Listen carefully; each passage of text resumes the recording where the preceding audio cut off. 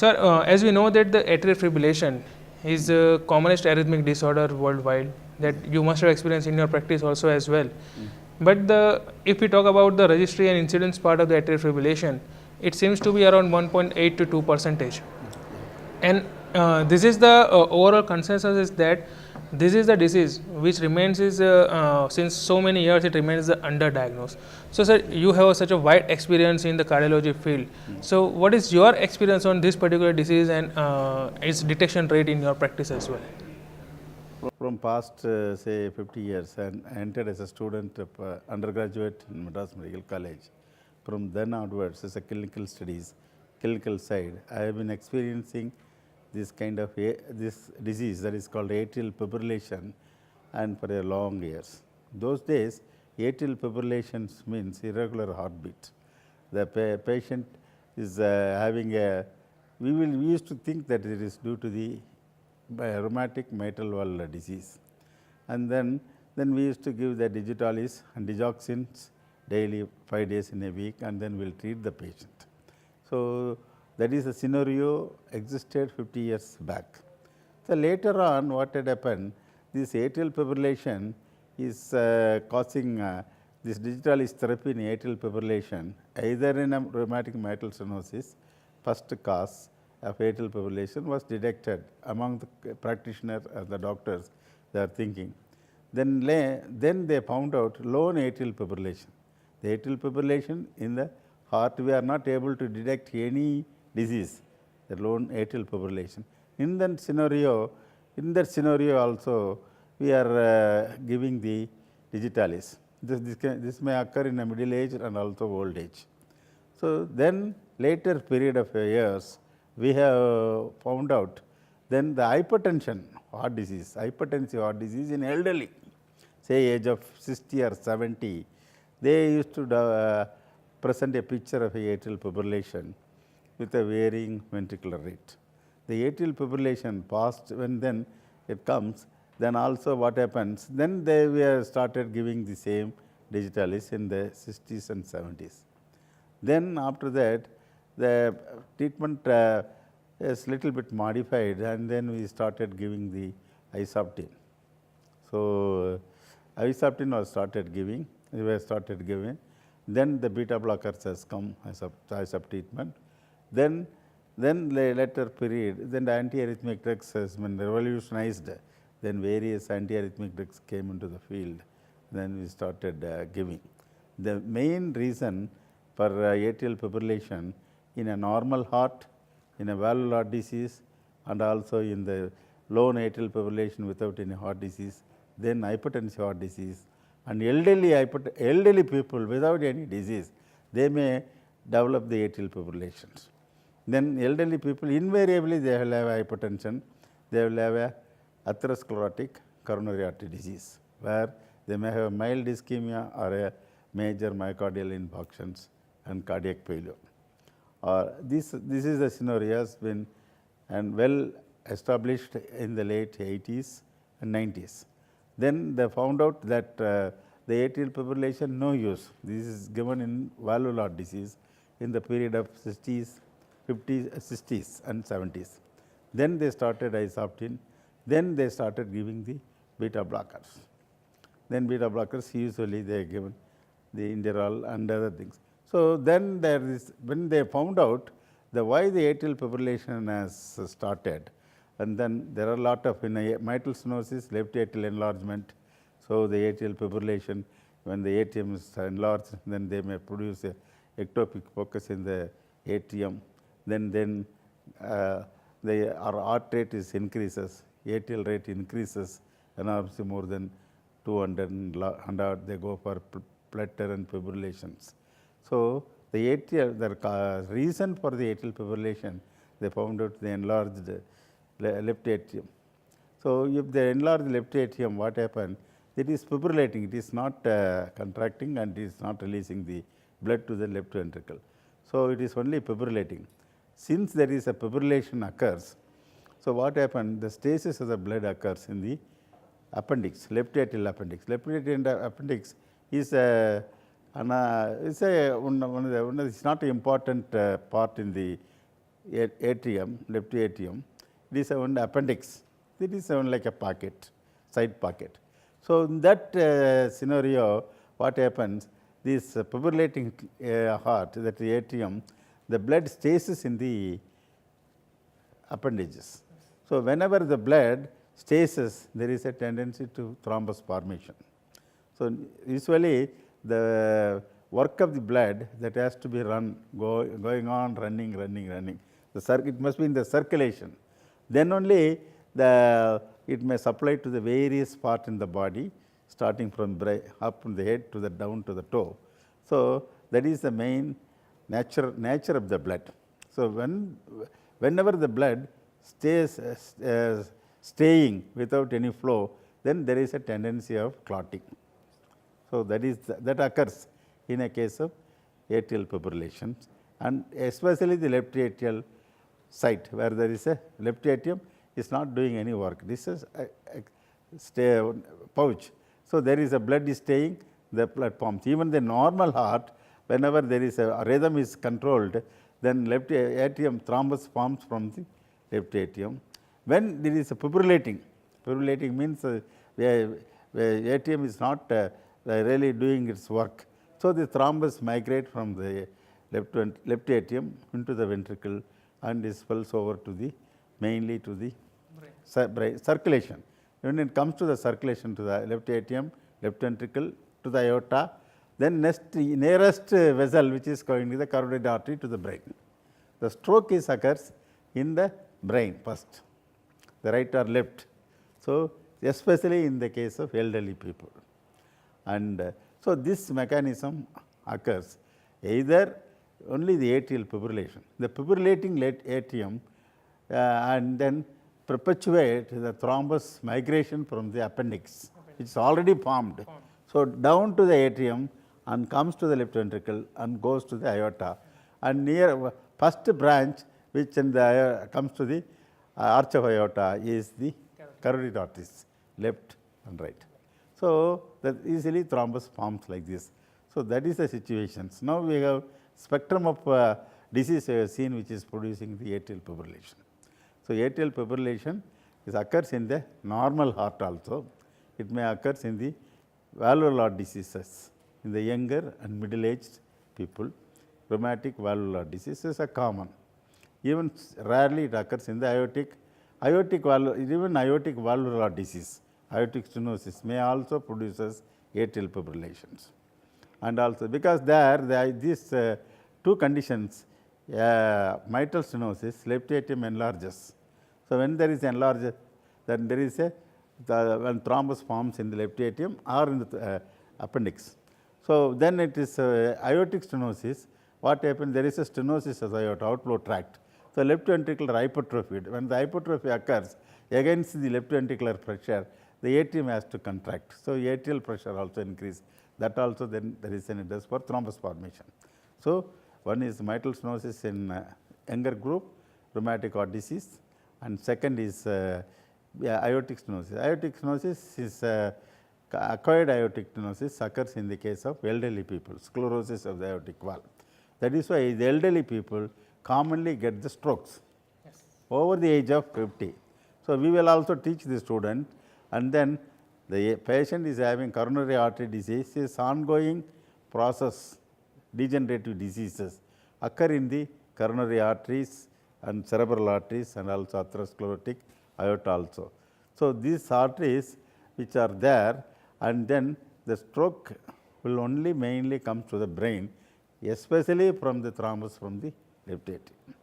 Whereas, in the case of coronary artery, only coronary thrombus occurs. So, in this situation, first elderly individual, hypertensive and aortic sclerosis, and also will having these are all the conditions. And also there is a ischemic heart disease, the left ventricular failure, and then the atrial also is having to contract forcefully, and also myocardial infarction, ischemic heart disease is acute or chronic, and then cardiomyopathies. There is a big heart, enlarged heart. In that situation also atrial fibrillation starts. So, these are all the certain scenario, and the peripheral, then ladies will get also atrial fibrillation when after the peripheral phase, that is after the delivery, their heart also enlarged. Then they may also produce a atrial fibrillation. And idiopathic atrial fibrillation, nothing. Young people may like to get atrial fibrillation. So, fibrillating heart and then fibrillating atrium, and always a need for the thrombus formation in the appendix. Then when there is fibrillating, the flow of the blood is suddenly comes when down to the ventricle without any contractions. So, automatically thrombus also from the left atrium pass to the left ventricle. So, this is the mechanism, and this condition when it occurs, first I told you that digitalis is a drug of choice, then we have gone for beta blockers, and isoptenase we started giving related atrial arrhythmias, especially the atrial fibrillation, atrial flutter. So, now the revolutionized treatment and come with various antiarrhythmic drugs has come, and cardrone, so on and so forth. So, even we can treat the antiarrhythmic arrhythmia with antiarrhythmic drugs, atrial fibrillation, but the sequelae of the atrial fibrillation, that is thrombus formation, migration of thrombus, stroke we have to avoid. Then existing thrombus in the left atrium, that is in the appendix, how to prevent. So, you need to dissolving the thrombus, dissolving drugs which are needed. So, we started giving the intravenous that is in the thrombus dissolving drugs like streptokinase, urokinase, tissue-plasminogen activators, anectoplase, so on and so forth. Then heparin, unfractionated heparin, and also low molecular heparin, and pandronoprax, and bivalirudin also started giving it. So, how long you will give a needle? Only a short time, say acute phase you will give, even a stroke patient. Then what will happen? Stroke patient, that formation of thrombus is ongoing for a longer period. So, you have to prevent. So, how long you will give for a shorter time, say of 10 days, 15 days. Then later you have to go on with the oral antithrombotic, that is coagulants. The oral anticoagulants, we had already one of the drugs is called the syndrome, that is in the acetone. Acetone, when you start taking acetone, you have to see the INR, isn't it? Yeah. INR must be 1.5 into 2 or 2.5 must be there.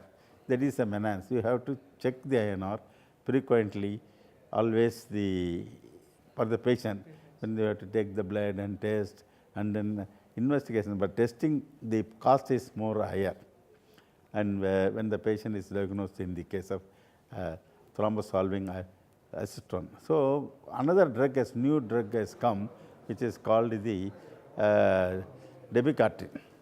Dabigatran is costlier, and also dabigatran started giving a problem, and also not only cost very, very highly costly, and also there is a thrombus formation, that is in the bleeding also occurs some cases. Some cases also it is contraindicated kidney diseases. Whereas another drug of choice has come, is called the rivaroxaban and oxaban. So, which are all the new entrants of the anticoagulant. So, which are all more effective and also patient friendly, and also there is no need for the frequent checking of INR, and patient is having a menace going to the lab and taking frequently, then spending more money. So, this drug will be taken once in a daily or twice in a daily in a case of acute situations, and once in a daily, and as the physician desires and sees the clinical outcome of the patient, he can continue the drugs for as long as possible. So, this is the new anti-thrombotic, adherent thrombotic drug. This is supposed to be used, and also other uses in the drug, not only from atrial fibrillation with thrombotic reasons, and also in the case what happened, whenever I told you earlier in my speech, whenever the blood slows down and also it goes very slowly in the circulation, then there is or stasis occurs, there is a tendency for clogging. If you see the river bed, the water is flowing clearly as long as it takes all the mud and all the dust and all. When there is a slowly flowing, all the dust accumulate and water has become thicker. Same mechanism occurs when there is a slowdown of the blood circulation occurs. So, thrombus forms. So, for which also we can give instead of that is will be antithrombotic, we can prevent the thrombus in the lower limbs, deep vein thrombosis, and also in the cases long standing bedridden patients like stroke, already stroke is we are getting it, and also the knee transplant, and also coma and other conditions, morbid conditions where we are supposed to see the all these legs are all kept stretched without any circulation will be slowed and then thrombus formed. In that situation also we can give this oral anticoagulant. So, rightly mentioned you sir that the way you have described from the beginning that how from your education background also as well, that when you were as a student, arrhythmic disorders, atrial fibrillation means irregular of heart beating, then how the concept of the arrhythmic disorder has come, then initial from digitalis you have shifted to the modern antiarrhythmic drugs to control the rate and rhythms, and also in part of the stroke you explained very well that how the stasis of blood is happening in the left atrium, and then this stasis leads to a clot formation, that thrombus will transport to the left atrium, and ultimately it goes major chance to goes to the brain and leads to a ischemic stroke. And definitely stroke, you mentioned that it's one of the commonest risk factor when patient is developing atrial fibrillation. It's almost 4 to 5 times higher chance as compared to the non-AF patient, and so the primary prevention of stroke is always better option than the secondary prevention. And you also mentioned regarding the conventional older oral anticoagulants and what is the role of the newer oral anticoagulants, and what are the current challenges with the VKs like the INR prothrombin monitoring and the drug-drug interaction, and leads to various kind of the INR levels, and which leads to either bleeding or ischemic recurrent kind of the stroke. So NOACs are definitely better options, dabigatran, rivaroxaban and apixaban, and they are also can be used in other indications like the other thromboembolic disorders like deep venous thrombosis, pulmonary embolism, and prolonged bedridden patients who is going for the hip and knee replacement of the surgery. So here I think sir has given the very good opinion and suggestion on this particular therapeutic area of atrial fibrillation and oral anticoagulant. So we are sir very thankful for your all the expert opinions and your comments, and we are very grateful for your valuable time. Because this new found this oral anticoagulant therapy is essential, because only thing maybe there so many things will be there. First come always it will costlier, and later it will be also settled. It will come down the price level also when the market is become very large, and then a lot of lakhs and people are started. Comes that the company can able to reduce the price also. So that in my experience, what I am telling, when the price is in another indication also, when I as a cardiologist, as intervention cardiologist, so I used to treat the patients in the angioplasty with the stenting. So when I used to treat the patient with angioplasty with stenting, there is a chances of thrombus formation in the periprocedural. Periprocedural means when we are deploying the stent in the coronary artery, that time that the thrombus may form. So that then after the procedure, then the patient is 24 hours in the monitoring. That also, that period also the patient will have a thrombus formation. I have to mention this point. Whereas there is a patient is having acute myocardial infarction or acute coronary syndrome, whereas the blood is thrombogenic. Yes. That is a major things, the burden of thrombus formation, and also there is occur instant thrombosis and subsequent cardiac failure, cardiac arrest occurs during the procedure of the intervention. So then we have to take care, and then you have to give the well prepared the media of the blood. That is, as I told you earlier, there is a arrhythmogenic, that is in the thrombogenic blood. This is a thrombogenic blood. The thrombogenic blood you have to convert into it is equally non-thrombogenic. So you have to add the aspirin and also clopidogrel, and in addition, and these drugs are given and loading dose in the early period, say 3 hours or 6 hours before the angioplasty. So now I have decided to add also this oral anticoagulant, which is newly introduced. Why not we give smaller or combination dose of the triple therapy before the procedure and also following the procedure, later on the procedure. What intervention, the peri-procedure and also immediately after 24 hours, there is a thrombus formation. And after the thrombus formation, one day, then you have to observe him for a week. So when there is also a tendency for thrombus, may not occur if you have a precautions, then you take after 1 week and per month, there is a dangerous period. The subacute thrombus may occur. So these kind of situations, so like to use this newer anticoagulant such as the Revoltuion, and like to give my experience later period, subsequently follow up with some patients. So that is also possible, and now right now we can start with the triple therapy following the angioplasty. So aspirin with the clopidogrel and also with Revoltuion. So we will have to follow it for a month, because here we have to choice of the physicians, his experience of the intervention, how many cases done, how many complications come across during the peri-procedure and the post-procedure. It is not like that. They have to say and they have to prepare. 90% it can come out, 99% it come out successful. Because in my experience for 20 years in the intervention and preparing the cases, and go ahead with all these precautions and also comorbid conditions, and also in a good laboratory where the high volume performance is done, so we can come out successfully. Sure. Thank you. So surely that is also a nice thought of that use of oral anticoagulants along with dual antiplatelet, in specific the peri-procedural complications of the stent thrombosis and all that. So thanks Dr. Arthnari sir, and for your all the valuable comments and your such a wide experience what you have explained during the this talk. It's definitely so valuable. So it's a very honor for us. Thanks a lot.